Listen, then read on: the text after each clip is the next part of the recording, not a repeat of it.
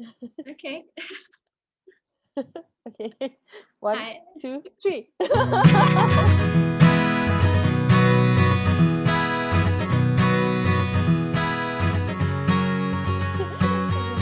Hi, good evening. Hi, Dr. Hi, Teo. Esther. So, okay, for we're doing this pre-recorded Zoom session in between DP Strays and Dr. Teo, who is actually from Kota Damansara Vet. We are working with her veterinary clinic a lot, especially for our TNR and also our vaccination programs. And today's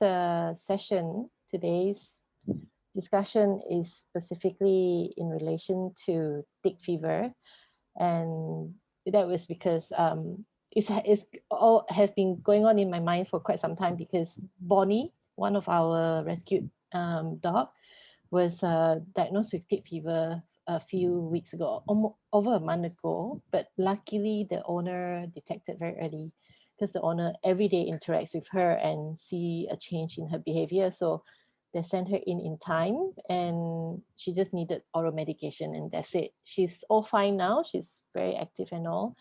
Um, but then, unfortunately, there's another case that we had just a week ago where we lost one of our really precious boy named Jackie. Um, well, yeah, he was in a shelter. He was put in a shelter by the owner because the owner didn't have space at the moment to keep him, and unfortunately, he contracted tick fever and he passed on because I think the detection was a bit late. Treatment was given a bit late as well. Yeah. So hopefully today's session will help shed some light to everyone, especially pet owners, on how to avoid this from happening to their furry kids. Because it's really heartbreaking, even though Jackie is not mine, but I rescued him together with a few of our team members, and he's a really special boy. Um, I want to cry already. Yeah, so we shared a very special bond lah. Sorry. Okay. Whew. Definitely, it's Mm, very hard for you to take even. yeah, I mean, like, all our rescued kids are very special for sure. But somehow Jackie, when it's hard for me to explain, but he's special in a way where the moment greets you, it's like he knows you forever. Like, Yeah, yeah, so it's very easy. Because you are the one who treated him and neutered him as well. Yeah, true. yeah. He is indeed a very unique boy. He is so affectionate and so comfortable with human. Yes, yeah. That's why I call him our ambassador of happiness among all our dogs. Yeah. Anyway, sorry. I'm so We are still mourning through this stage.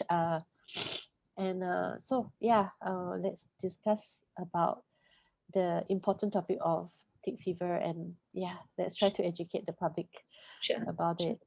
it. So I will have a batch of questions to ask you. Sorry. Starting with let me see. Yeah. Sorry, I lost my No my problem. thing.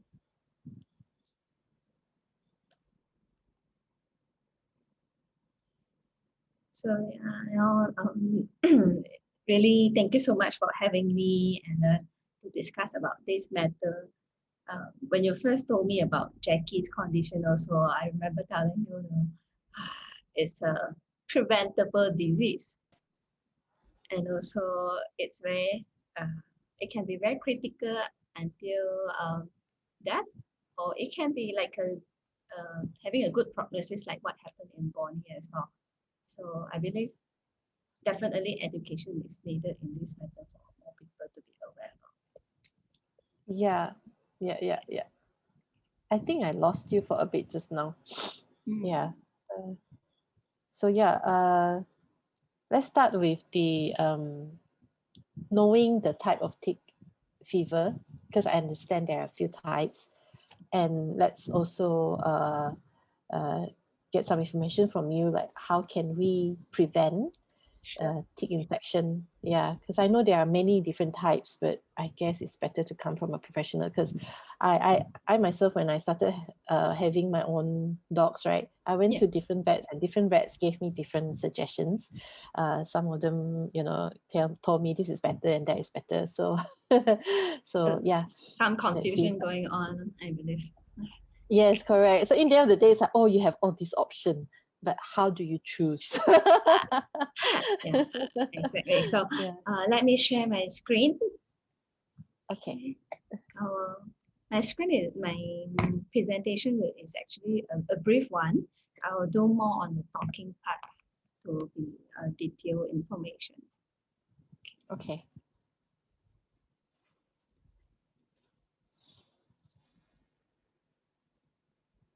Okay. Can you see my Okay. screen now? Mm-hmm. Okay. Yes. Yeah. So tick fever is actually a general term which we describe. I think people relate it to ticks causing fever, as I call it as tick fever. But scientifically, we actually call it as tick-borne disease. That means ticks is a vector. That means Mm, vector, it means a carrier of disease. So it's a mm. disease that's transmitted by ticks itself. Well, It's like malaria. It's like dengue. Is it? correct. So those are born disease. Okay. So, Okay. Mm, okay, and all of these are called vector-borne disease. So I'm not going to talk about heartworm. Heartworm is also a type of vector-borne disease, and there mm, are mm. other diseases as well. So today we focus on tick-borne diseases.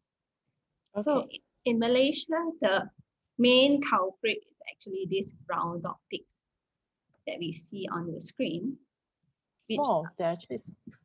Mm, there are actually many types of ticks. There are hard shell ticks or even soft ticks that without the shells. But that is more oh. common in overseas like Australia or US, UK. In Malaysia, the main culprit is brown dog ticks, which carry a lot of diseases like ehrlichiosis, babesiosis. These two are the ones that Jackie were infested. I see. So, Okay. so ticks actually they fall under the class of aranic, like they have actually Mm, 4 pairs of legs, like same yes. exactly like mites as well. Well, for Mm, yes. insects, for fleas and also lices, there are insects. They are with 6 legs, 3 pairs of legs. Mm, mm. So ticks, they not only bite dogs, they also bite human. But their favorite Yes. is definitely dogs. I've been bitten by ticks before. Ah, I have, yeah. must be. It's not too painful, right? But definitely it causes discomfort as well. It was just discomfort. I didn't even realize it until I felt like, hey, why it's so like itchy Itchy. or a bit of weird feeling there. Yeah. Then I found out, oh, there's a tick there, and then I put it off. But it did get infected a little bit. So antibiotic cream solved it. Yeah. Something. Yeah.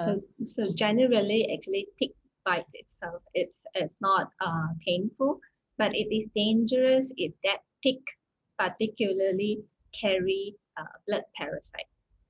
So those blood parasites are the E. canis, the Babesia vogeli, the Babesia gibsonii. So there will be two scenarios where you can see there's one dog, like this dog with the ears were heavily infested with ticks, right? Mm, It mm, can be heavily infested with ticks, and then you test it, no tick fever. mm. Or Yeah. there will be another dog that, just with, let's say, you don't feel any ticks at all. Maybe you just see one or two last week, and then it come down with tick fever. So it actually all goes down to that particular ticks itself, One. whether it carries the blood parasite. Like So not it all, just boils down to one tick. yes, and one Yeah. tick and long enough on the host on the dog itself. How long would you So in take? terms of literature itself, some say it's 12 to 24 hours. If that Okay. ticks is on the body for about 12 to 24 hours, it's more than enough for them to infect the dog with the diseases already. Okay. I see. Okay. So um, it's very difficult to avoid in Malaysia because you see around us in Asia, it's well like China, Thailand, Vietnam, Taiwan, Singapore, almost most of the ticks they actually consist or they carry the Babesia canis or even the Ehrlichia canis itself. So it's actually very dangerous, I would say. We cannot say, Okay. there's only one ticks or only two ticks and nothing will happen. Would you say most of our local dogs here would have gotten tick infection in one way or another throughout their Possible? whole life? Yes, I Okay. think possible. And once they get infected and recovered from it, are they going to be a carrier or They are they going to will. be totally rid of it? No, it's unlike virus like the parvovirus. Once you get infected and then you survive, then you are the lifelong survivor Mm, of parvovirus. No, mm, it doesn't mean that the same dog which was like let's say infected with tick fever last year and then recover, and then 2 years mhm. later it may be infected again, and then Oh, this wow. time second time it can come out with even more severe uh, clinical Mm, signs, or maybe it will be okay. infested with different type, also possible. Right. Okay. Right. Okay. Uh, where is the origin of this disease anyway? All these are they considered viruses or No, bacteria? No. so it's actually they are called protozoa. It's like a Ah, bacteria like parasite. okay. That's Okay. why the treatment later on we'll talk about treatments. It actually also involves a lot of antibiotics and anti-protozoa drugs. Mm, that makes sense now. I mean, for non-science students, they may not understand what it is, though. Yeah, yeah, Yeah, true, yeah. true. So need to Google what is protozoa. So okay, so I guess there was a recent case that I read online on Facebook. It was a real case scenario where there's this family who owns two dogs and they are moving to Australia. So um, the dogs are actually generally very healthy. However, one of the blood tests tested that they have this tick fever sort of like thing in their body, although they are not carrier or something like that. I'm not sure. But what I understood is there is this tick fever infection in their body, but it's a natural part of it. So Australia country didn't allow the entry of these two dogs in the end of the day. And these two dogs are special pedigree breeds. They are not even strays or mongrels. Mm. So it's kind of sad Mm. because this I, dog has been with them for many years. Mm. I believe the Australian side definitely takes into account that this is again a blood-borne parasite.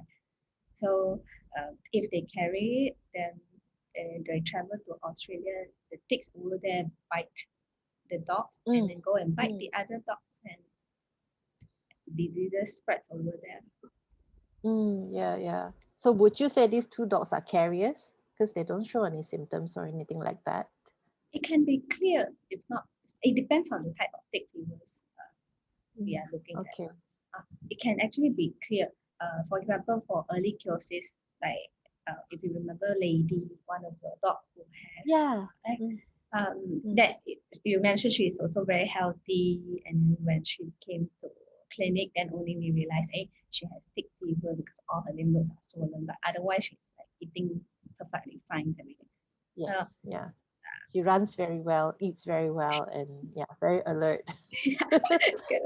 So in that kind of cases, actually there are discussions going on whether do we treat this kind of healthy and then seropositive animal. Seropositive, that means we diagnose through blood and it's positive. Do we need to Mm. really treat them? It depends on school of thoughts. It depends on the vet preference as well. The usage of antibiotic definitely has to do with care. If it's healthy, maybe we have the option not to treat.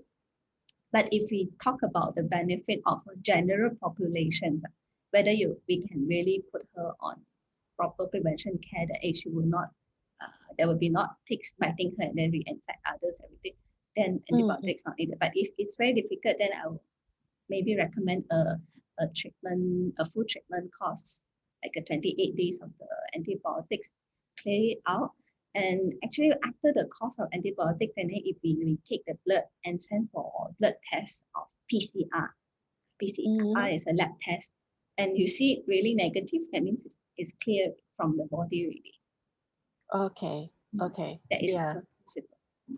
So I guess it is just definitely our social responsibility, knowing that she is having tick fever, but she's not suffering from it. But it is our social responsibility to ensure that she doesn't infect others, right? Because the others, some of If them it's a can. pet, if it's a pet, it's easier to ensure preventive care. It's really taking care. Right. Every month, give the preventive care. Then no ticks will go to bite her and bite the other. Yeah. We actually feed Lady monthly the preventive care right now. Yeah, because we feed them every day, every night. So she is familiar with us. Then it's easier lah. Yeah. The only difficult part is when there's so many of them, ladies and her children, right? So we need to make sure she eats that particular pile and the other children doesn't come and eat it. Sometimes it takes us a few days to ensure all of them are fed with the medicine. I remember seeing like we have to put 4 to 5 piles of food that really ensure each of them will go to that. Yeah.